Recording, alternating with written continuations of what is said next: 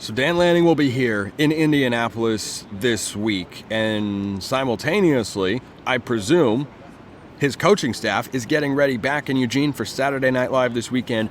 Big recruiting opportunity for the Ducks. A lot of 2026 or 27 names. There are a couple, I think, from 2025, but this is really starting to lay a foundation for Oregon's 2026 high school recruiting class. But the latest buzz on the trail, Justin Hopkins and others have reported that Tennessee is working very hard to flip Oregon four-star tight end commit Da'Saahn Brame. And it's either Da'Saahn or Deshaun.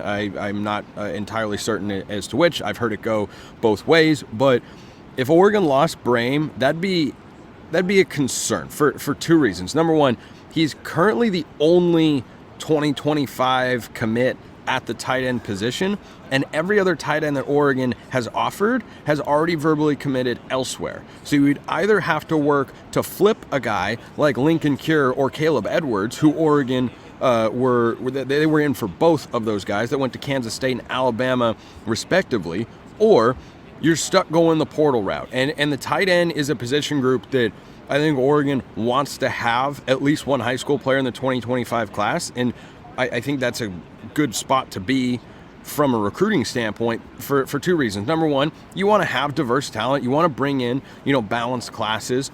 But number two, you look at Oregon's tight end room for 2025, and you've got Kenyon Sadiq, who I think will be ready to be Oregon's starting tight end next year. I mean, his athletic profile is really not like any Oregon tight end I can remember, with the number of different ways he can be incorporated into an offense. There aren't that many tight ends you can line up in the backfield and have them, operate effectively in there. But he is also a guy that didn't have a big role last year. I think has a bigger role this year, and next season probably pops and is Oregon's number one player at the position. But as we've seen in the last couple of years, you got to be able to go 2, 3, or even 4 deep at the tight end spot. And true freshmen have been contributing at this position for each of the last couple of seasons. And I mean, even go back to 2021. Maliki Montavau and Terrence Ferguson both played pivotal roles in the Oregon offense as true freshmen. Montavau had, I think, the last touchdown that Oregon scored at Ohio State. So this is a position group that is going to thin out, because after this year, Terrence Ferguson's going to the NFL. Patrick Herbert is out of eligibility. I'm sure he'll find a way onto, I would think, at least a practice squad. I mean, just put the blindside block against Washington State on tape and then let everybody's imagination run wild. But you're going to lose your top two guys. Sadiq is poised to fill that role. But I look at Da'Saahn Brame as someone that absolutely has the potential to come in 2025 and contribute and have the opportunity to do so. Oregon's got 2 tight ends in the class of 2024, AJ Pugliano and Roger Saliapaga, who is a converted wide receiver. He's a bigger body and such, kind of that Trayshawn Holden, Kyler Casper sort of mold, and the expectation is that he's going to play tight end. Now, I think those guys have very real upside. Pugliano's a little bit more of a traditional tight end, but both guys are very athletic.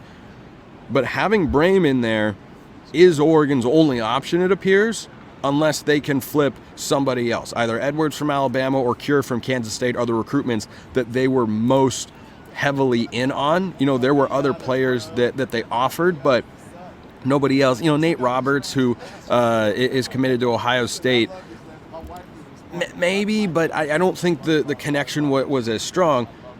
Edwards and Cure and Brame have been kind of the top options, and Oregon having Brame right now, I think, is a good place for them to be. Do they need to get a second tight end? No, I don't think so. You can find, a depth piece at the tight end position via the transfer portal.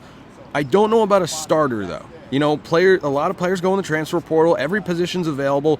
Think about the number of impact transfer tight ends that have hit the portal in the last couple of years. Benjamin Jurasic went from Stanford to Georgia. I think he's going to be a stud for the Bulldogs this year. That's the only one I can really think of. There are a lot of, like, Carson Ryan went from UCLA to Utah. He's going to be the number 2 tight end. Montavau went from Oregon to UCLA. He was the number 2 or 3 tight end. Again, a player. Oregon got Casey Kelly from Ole Miss. Played, had a role. Don't see a lot of high-end players. Why? I don't know. I actually don't know. I don't know why that's the case. I just know that it is. So definitely watching for, Saturday Night Live and the players that Oregon's after. Speaking of tight ends, Brock Harris, a guy out of my neck of the woods back in Utah in St. George. He's a 5-star in the class of 2026. He's on campus. So too is Michael Terry III, 2025 5-star athlete. That's probably the biggest name now to watch if Brame flips, because Terry is a guy that has tremendous positional versatility. He is an athlete on his position profile in 24/7 Sports. He can truly play multiple spots, and tight end could be one of them. So if Brame ends up flipping to Tennessee, which would be Oregon's, I think, just second or third decommitment of the 2025 cycle, then Michael Terry III becomes the name that could most readily just slide in and fill that position need in the 2025 class. So that's definitely a name to watch. Brock Harris as well, just because I think Harris is a really intriguing prospect. He'd be coming in at the same time as Gatlin Bair, 2024 Oregon 5-star receiver commit, who's on a 2-year mission. He'll be back in 26. You bring in Harris and Bair together, you're going to have some really, really strong pass catchers there for the Ducks. But Saturday Night Live is this weekend. We'll see if Oregon picks up any commitments coming out of it. I have said and continue to think, I think the Ducks are probably going to have at least 5 more players commit in the 2025 class. They're at 16 verbal commitments right now, and I expect that number to get over 20. How far over? They've had a couple of good recruiting classes in 23 and 24 coming into this year. So do they need to have a 27-player class? No, but do I expect them to get over 20? I would think so by the time the first National Signing Day comes around on December, or in December. I don't remember what day specifically it is, but the class for the most part is going to be finished up by the time the season starts, because once the season begins, you really only get maybe 1 or 2 players that'll commit to the Ducks. Let's wrap up with a question here from John. Again, YouTube comments, X, subtext, all ways to get into the mailbag. Subtext, you get priority access with a free 14-day trial. The Big Ten is full of rich history and traditions that we will now get to be a part of. What type of traditions could we start? They have the Little Brown Jug, the Paul Bunyan Trophy, the Golden Axe, and the Gold Pants are just a few that come to mind. Well, I think the only game that Oregon could start a new tradition with is Washington. That's their only protected matchup every year. I think they'll play one of the LA schools every season. I don't suspect that Oregon is going to, create something like that, because they haven't needed to at this point. I think the tradition that Oregon brings into the Big Ten, or the rivalry factors, that Washington game is going to be huge. It'll be the last game of the regular season that Oregon plays going forward, because it's going to be their biggest conference rival. I don't think you need a trophy or anything for that.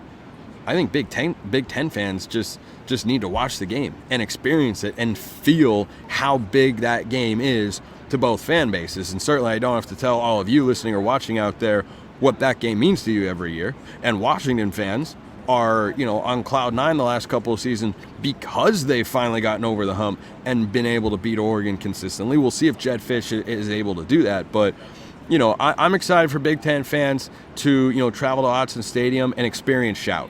I think that is, the most uniquely Oregon tradition that is very college football-esque. You wouldn't find something like that really in the NFL. I think when they see that happen, they're going to look around and go, oh yeah, this is cool. This is cool. It's like Wisconsin's jump around, which is also a great tradition.